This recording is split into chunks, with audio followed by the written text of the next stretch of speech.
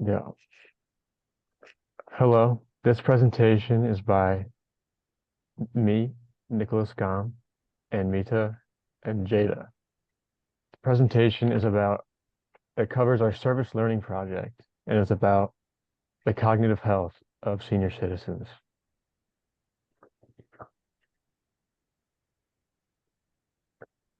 So we want to begin this presentation by introducing our community partner and going over the basic design of the project.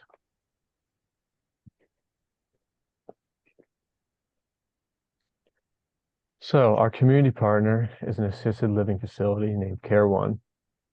They take care of the elderly people who can't do it themselves and can't do day-to-day activities.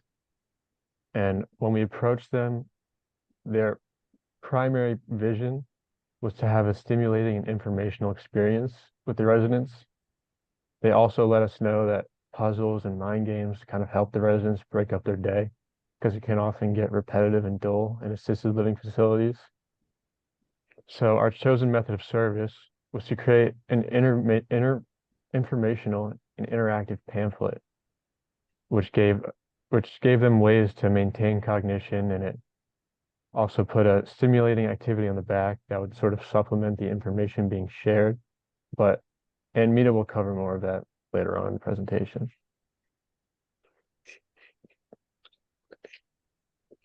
So the problem of practice we're addressing is the mental decline of elderly as they get older. And this is often a problem because the cognitive decline is frequently overlooked in people. It's not a thing that is caught easily. It's a very slow, gradual, like degrading thing, and it's not a visual condition that's easy to catch, so it often gets pushed to the side. And in assisted living facilities, this becomes very accelerated because it's a repetitive lifestyle and it's very non-stimulating. It's also difficult because assisted living facilities often have too many residents and not enough staff members. So there's not enough people to care for all these residents at the same time. They're not getting the best care that's tweaked for their individual needs. So we came up with an effective solution, which is to educate the residents themselves. This allows them to take care of their own needs and not rely on others. And they can just fit their care to themselves because they already know themselves the best out of anybody.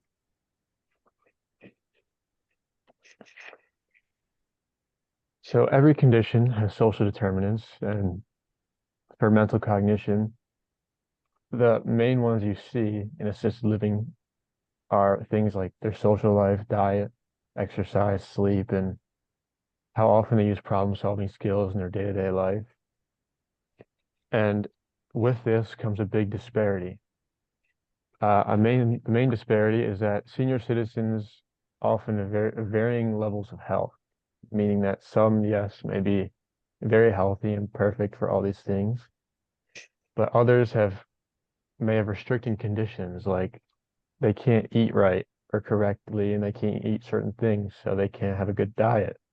Or some might have bad hearing, so they can't have good social interaction or a good social life. So the main way to prevent this would be to educate them just directly so they can do it themselves because they've lived with their conditions, they know what it's like, and they would know how to get around it and know how to supplement their daily life and maybe substitute some things. So while we're on the topic of health disparities, in assisted living facilities, usual big health disparities like race isn't as much of a factor because race is usually about their access to care. But once they're already in the assisted living home, all the residents and staff are focused on equal treatment and care. So it's not as much of a factor. All right, so in terms of our project SMART goal, we had our original version, which was that our team will create and distribute like 50 informative and creative pamphlets that will address the ways the elderly population can protect their aging brain by July 8th. And then our new one got adjusted based on our schedules. So it was our team will create and distribute 65 informative and creative pamphlets that will address ways to protect their aging brain by July 16, 2024. And on the left side, you can see the copies that were printed out. So the type of service we conducted and why is research-based because again, because of our busy schedules and our locations during the summer semester, it allowed us to like work remotely while we still had ability to collaborate and share our creativity to create this research poster or brochure on the elderly health population. And this is like a detailed view of the research pamphlet, which is the outer page. Um, in the middle, you can see why we created the purpose of, giving out this pamphlet because it tells you that you need to conserve your declining brain health because it can affect like different dimensions of your life, such as social, physical, spiritual or emotional. And the guide uses resources that are mostly at their disposal at the Care One facility. And to the left, you can see that we put things like physical activity, health, and diet, along with like examples of food as to ways they can help preserve their cognition better. And these are like accessible to them. And this is our inner page for our pamphlet. So again, on the left side, you see sleep health, social engagement, and brain exercises. Sleep health, we have like sleeping 7 to 9 hours a day is good for cleaning up the waste in your brain and improving your overall memory. We also emphasize that social engagement and being connected with others in their assisted living facility is great to maintain cognition. And then lastly, the brain exercises. We have various exercises they can do, like reading, watching movies, puzzles, meditation. These are all also at the center itself. And I also wanted to emphasize that these are not like necessary because you can figure out what is mentally stimulating to you and what requires you to critically think because that's the best way you can make the most out of cognitive activities. And to the right, we have a word search that reinforces the stuff that we talked about in the pamphlet, and it goes along with the brain exercise example.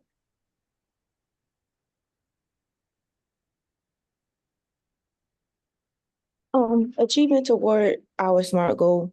Basically, before we started the project, we had to get approval from our teacher that our idea was appropriate.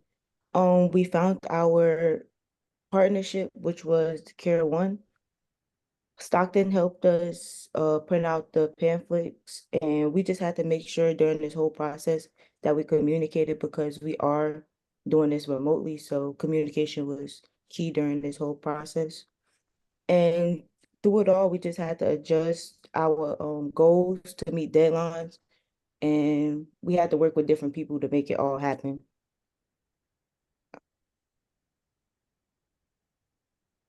Yeah, I kind of already went over this. This is just basically us all just getting it all together and making connections so everything could fall into plan.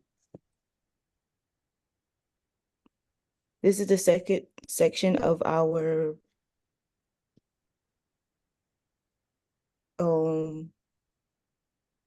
this is the second section. It's called Outcomes of the Project. Throughout this, our goal was successful. We did hand out 65 pamphlets to the assisted living facility.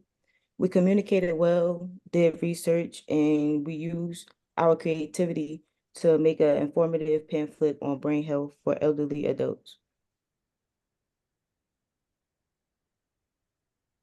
So in terms of what worked and did not work, our entire premise of creating this pamphlet translated well into the service, and the community partner at CareTown was quick to accept it.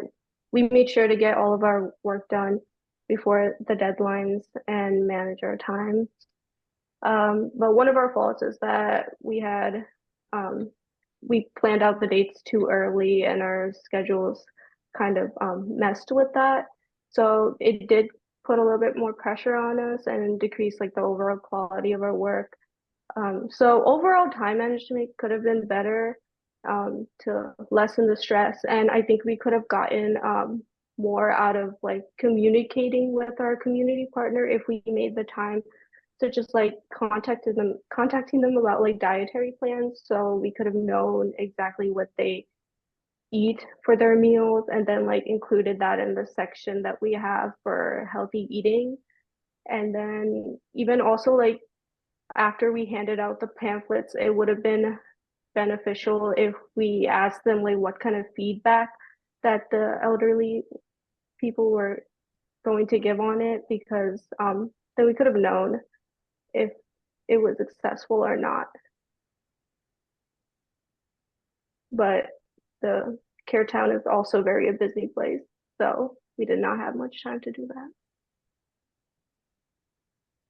So as you can see, there's like a laundry list of learning experiences that we had through this project, and I think it's because almost every aspect of the project was a learning experience. Like if I went down a few of them, it would be the first one, creating professional connections within healthcare. In most classes, I'd say, in college, you really only work within the school. You never really reach out to other third-party facilities or organizations. But we did do that. It became a learning experience for us within this one. And if I go down one more, putting research into practice. Usually in classes, you just do research, maybe write a paper on that research, and then it kind of just gets put to the side. You don't really do much else. But with this project, we use that research and put it into a tangible thing that we could give the community. And I think all of this really just ties into what the course is about. It's about teamwork, and all of these learning experiences are deeply tied to teamwork. Every single part, like whether it was between us and the group when we were figuring out deadlines and who does what part of each thing, whether it was between us and the community partner trying to figure out when to drop off the pamphlets and when I could call and what times the people were there, when I could contact them and everything. And then finally with us and the Stockton staff, like us and the professor, trying to figure out what would work and what wouldn't, asking questions, and the service learning staff trying to figure out when we could pick up the pamphlets and figuring out times for what day to do everything. So it was all just a big net of teamwork, and I believe that is what this course is about and what it's trying to talk to us about and teach us about. And it really did do a good job at facilitating work between all of us.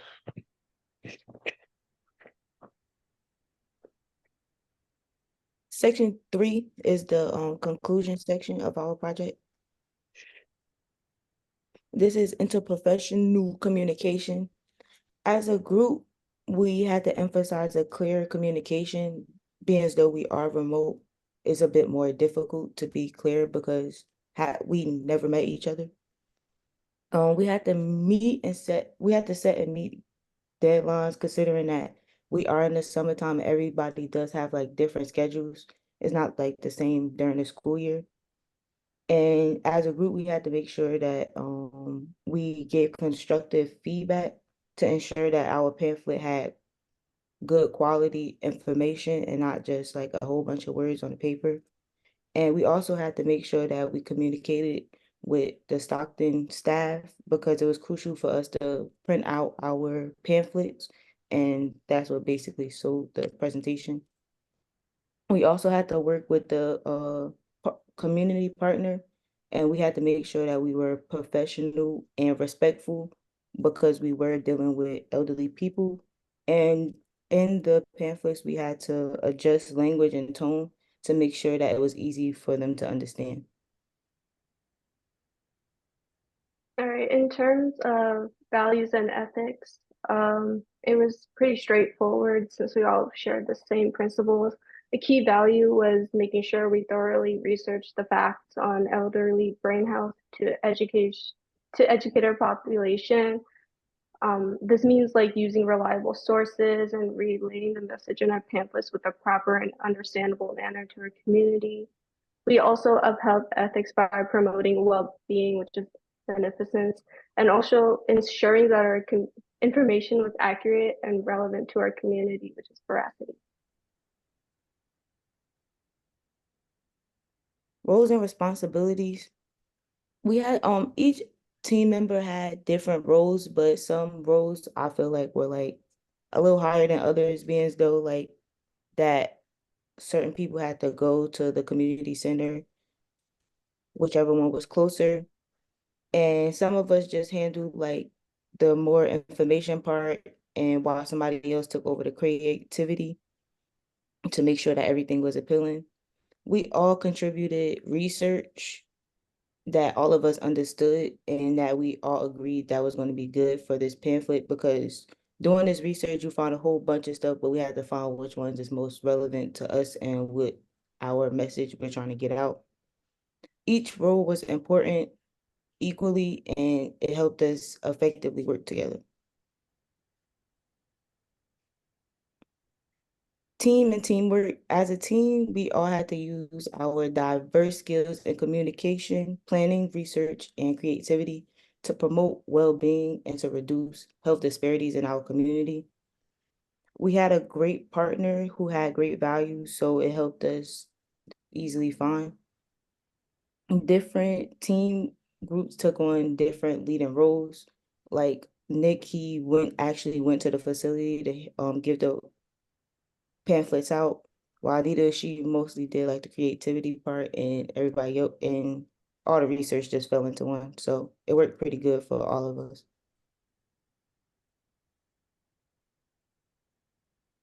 Thank you. Thank you for your time.